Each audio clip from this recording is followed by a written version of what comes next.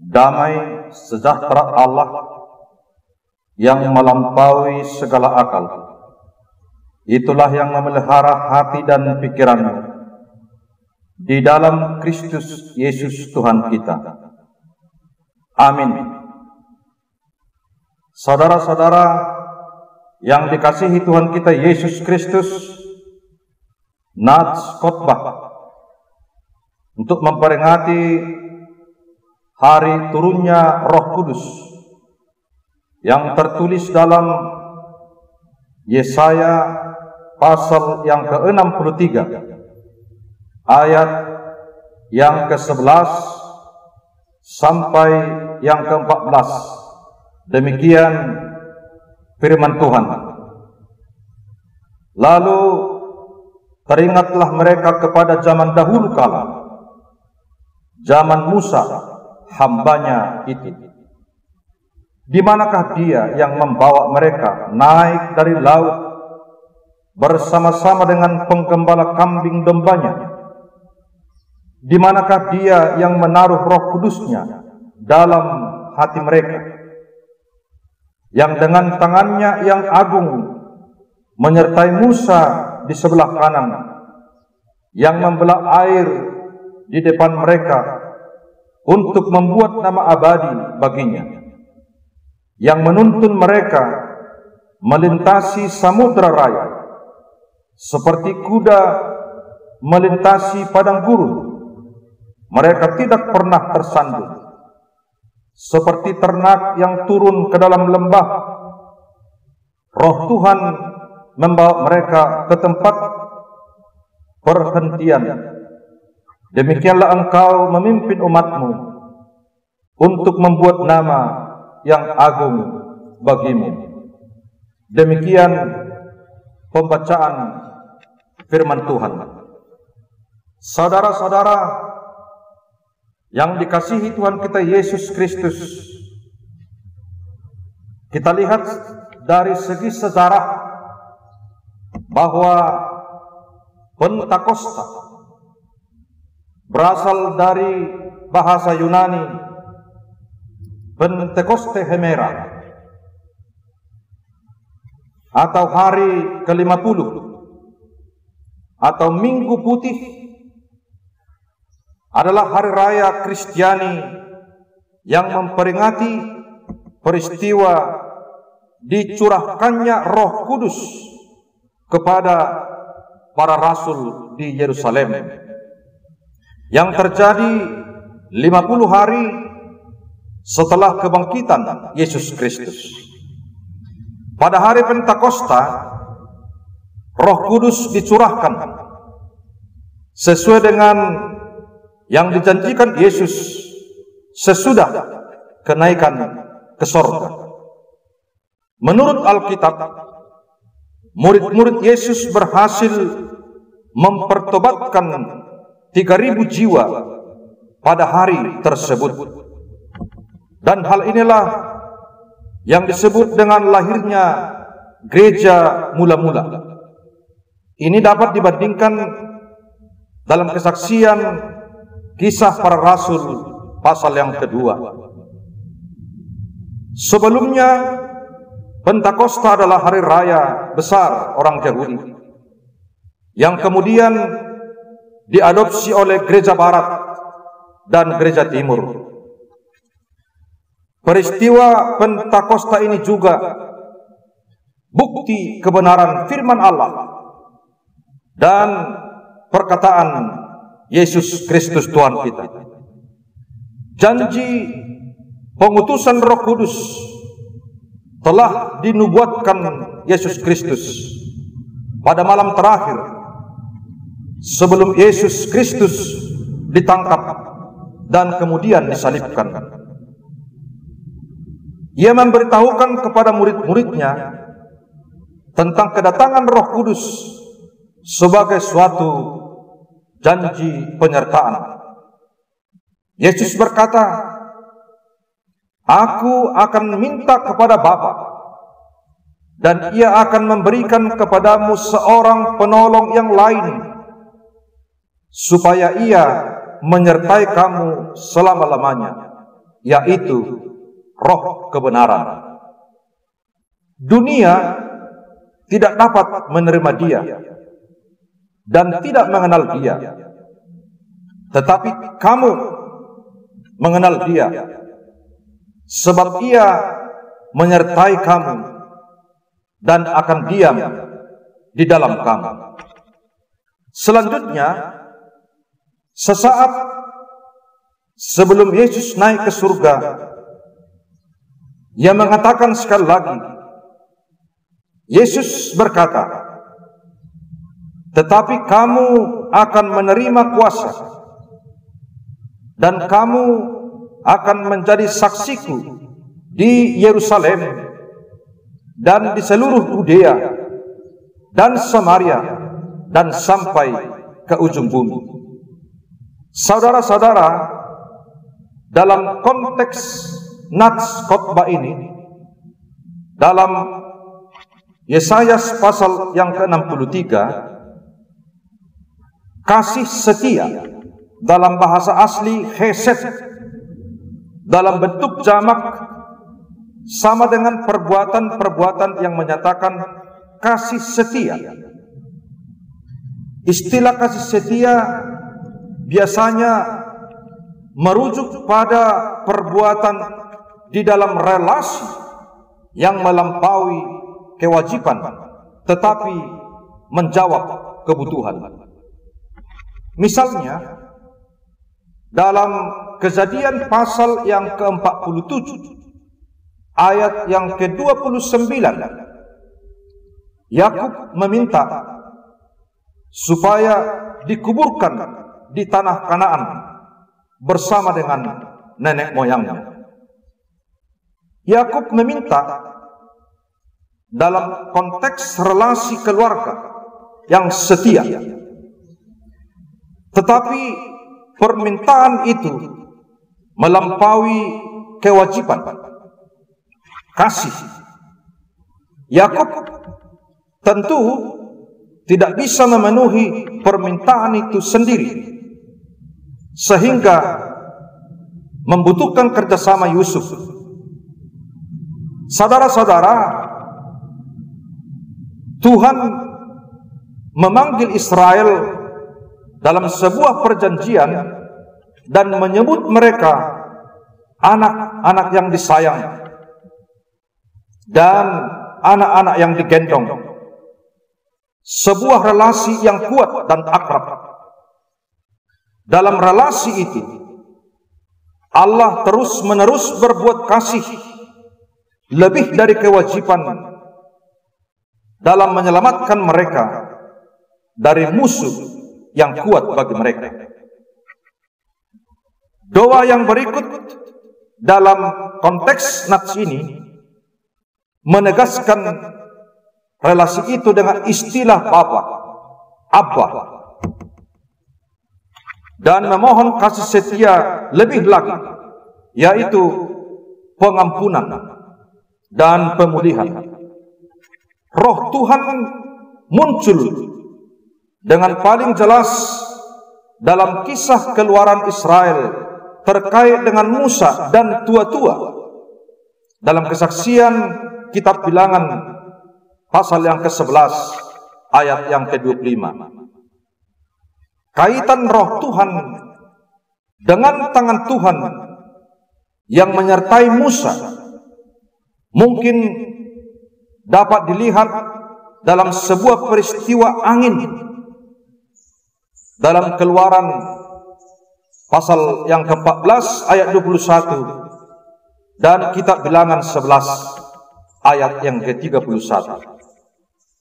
Pertanyaannya, apakah dalam Yesaya pasal yang ke-63 ayat yang ke-11 sebagaimana yang sudah kita dengarkan mengatakan bahwa Roh Kudus ada juga dalam setiap orang Israel? Bahasa aslinya di tengahnya, bekirbonya merujuk pada Israel. Di tengah dapat berarti di tengah setiap orang masing-masing.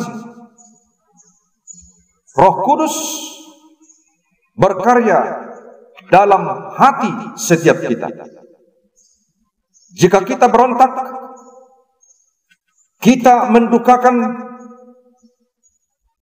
bukan hanya kebajikan Allah yang dinyatakan dalam karya Kristus, tetapi juga belas kasihannya yang dicurahkan dalam hati kita, sesuai dengan kesaksian Roma pasal 5 ayat yang kelima.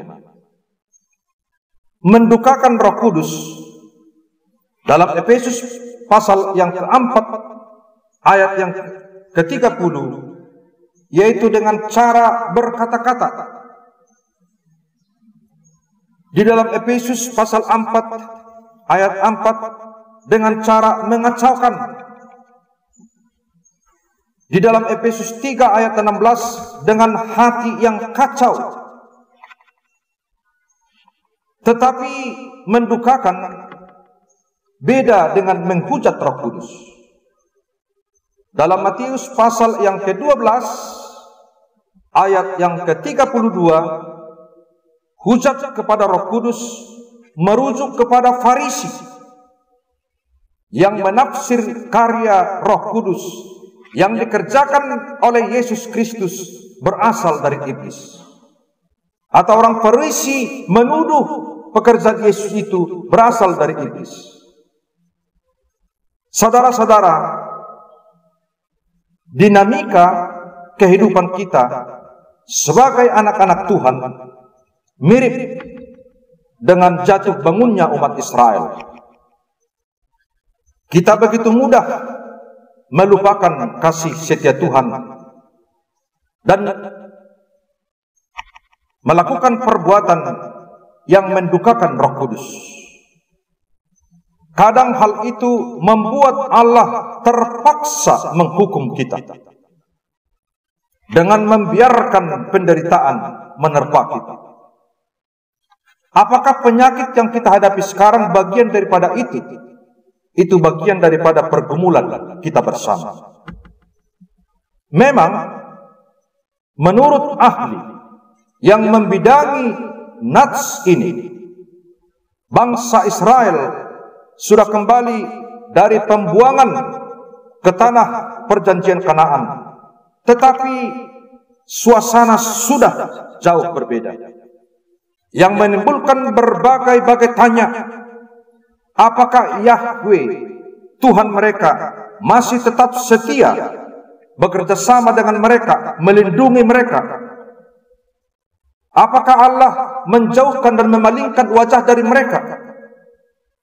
Yang menimbulkan sebagaimana Allah membebaskan dari perbudakan Mesir.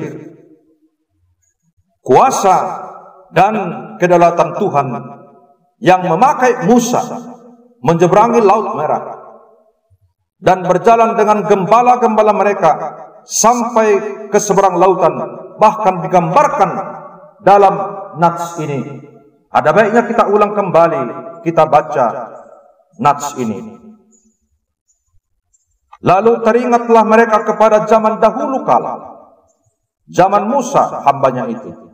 Di manakah dia yang membawa mereka naik dari laut bersama-sama dengan penggembala kambing dombanya?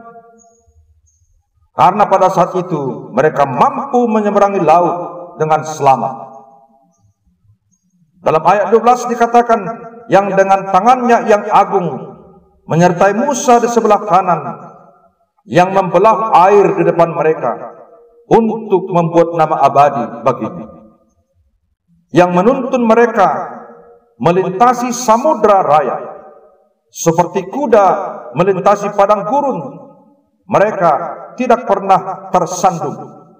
Itu semua karena karya Roh Tuhan ada pada diri Musa, pada tua-tua dan bangsa itu semua. Seperti ternak yang turun ke dalam lembah, Roh Tuhan membawa mereka ke tempat perhentian. Demikianlah engkau memimpin umatmu untuk membuat nama yang agung bagimu. Saudara-saudara, sudah jelas bahwa peran Roh Tuhan dalam diri Musa, dalam tua-tua dan bangsa itu, di sana adalah kuasa Roh Tuhan yang bekerja. Saudara-saudara, dan masih banyak lagi peristiwa-peristiwa yang mereka ingat sebagai bentuk kasih setia Allah menyertai bangsa pilihannya. Nyanyian atau mazmur maupun dalam doa permohonan itu, dalam konteks nats ini, mereka aturkan dalam situasi yang berbeda sekembalinya dari pembuangan Babel. Tetapi yang pasti, saudara-saudara, Allah yang memulai karyanya,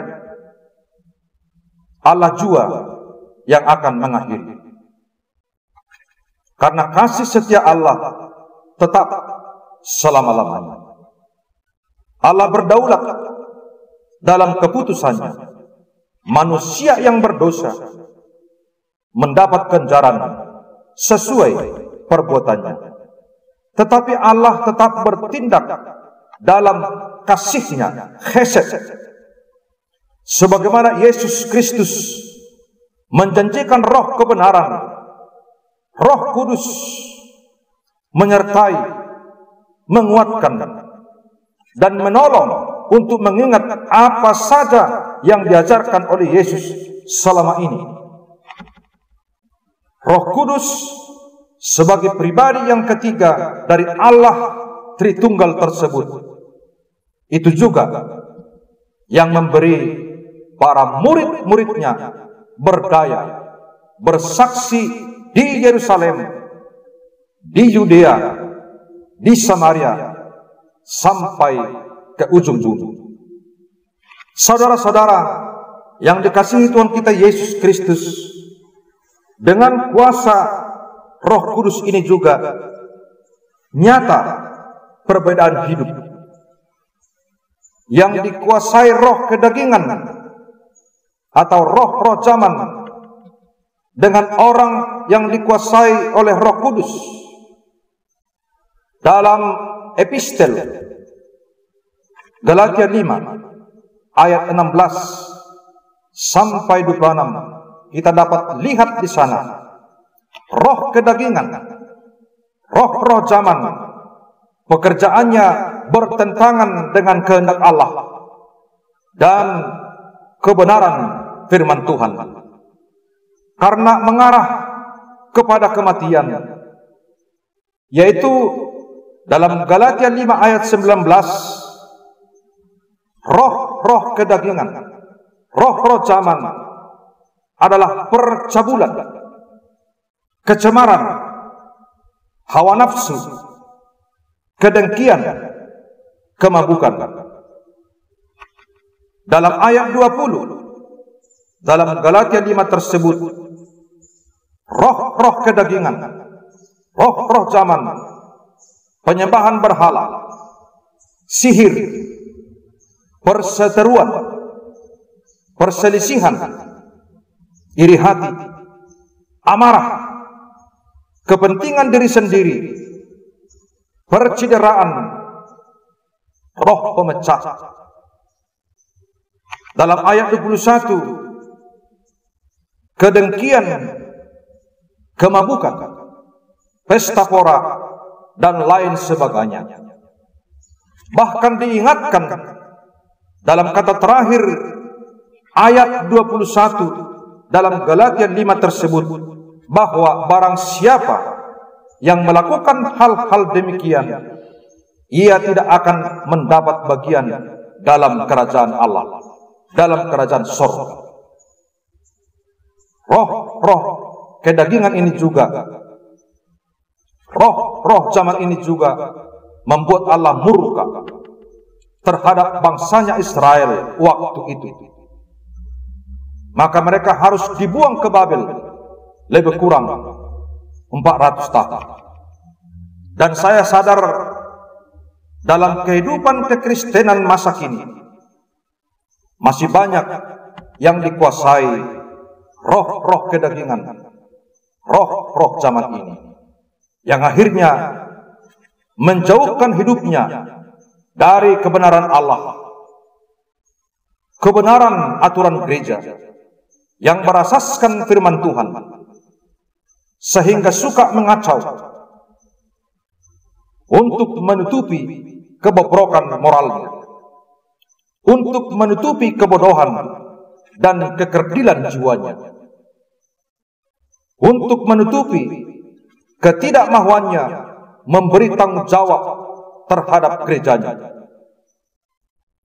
untuk menutupi kekerdilan imannya pada Tuhan dan ajaran kebenaran firman Tuhan. Ingat, apabila dirimu tidak bertobat sesegera mungkin dari roh-roh kedagingan, roh-roh zaman ini, tak akan pernah mendapat bagian dalam kerajaan Allah, tak akan pernah mendapat bagian dalam kerajaan surga. Tetapi hendaklah hidup kita dikuasai roh kebenaran, Roh Kudus. Dalam Galatia 5 ayat 22, karena buah-buah roh kebenaran, buah-buah Roh Kudus itu adalah kasih, sukacita, damai sejahtera, kebenaran, kemurahan, kebaikan, kesetiaan, kelemah lembutan, penguasaan diri. Dan HKBP secara khusus 2 hari memperingati turunnya Roh Kudus. Dalam 1 Korintus juga Paulus mengaku bukan mengandalkan kepintarannya, bukan mengandalkan apa yang dikuasai selama ini dalam pelajaran, dalam istilah sekarang dalam teologi, tetapi dia mengaku bahwa semuanya itulah karya Roh Kudus yang bekerja dalam kehidupan. Maka siapapun kita, apakah kita hamba Tuhan yang sudah belajar teologi, kita ingat semuanya itu karena kuasa Roh Kudus bekerja dalam kehidupan kita untuk mengingatkan kita apa yang sudah difirmankan Allah, apa yang sudah diajarkan Yesus dalam kehidupan kita. Maka jangan pernah sombong, karena kesombongan bukan buah Roh Kudus, bukan ruah kebenaran, tetapi kerendahan hati, penyerahan diri. Karena kuasa Roh Kuduslah yang memampukan kita, baik hambanya, baik jemaat, dimanapun berada, karena kuasa Roh Kudus.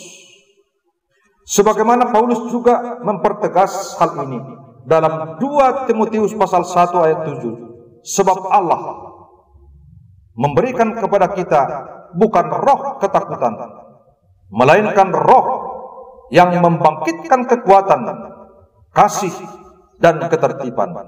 Maka berikanlah dirimu dikuasai roh kebenaran, yaitu Roh Kudus, supaya dirimu membuahkan buah-buah roh. Tuhan memberkati. Kita berdoa. Terima kasih Tuhan atas firman-Mu, sehingga kami mampu dan gereja-Mu untuk memperingati turunnya kuasa Roh Kudus kepada murid-murid-Mu, sehingga mereka dimampukan untuk bersaksi apa yang mereka lihat, apa yang mereka dengar, dan apa yang mereka terima dari pengajaran Yesus Kristus selama ini. Dan mereka dalam kehidupan yang baru mengandalkan kuasa Roh Kudus, menjadi saksi sampai ke ujung bumi. Dan itu juga yang harus kami saksikan dalam pelayanan gereja, dalam kehidupan kami di tengah keluarga dan di tengah masyarakat. Kiranya kuasa Roh Kudus-Mu memampukan kami untuk melakukan buah-buah roh. Demikian juga seluruh gereja-Mu, seluruh umat-Mu, seluruh hamba-Mu penatua. mampu, dan Engkau mampukan untuk melakukan buah-buah roh dalam kehidupan kami. Berkati gerejamu yang dilayani oleh hamba-hambamu oleh penatua. Berkati keluarga, putra-putri mereka.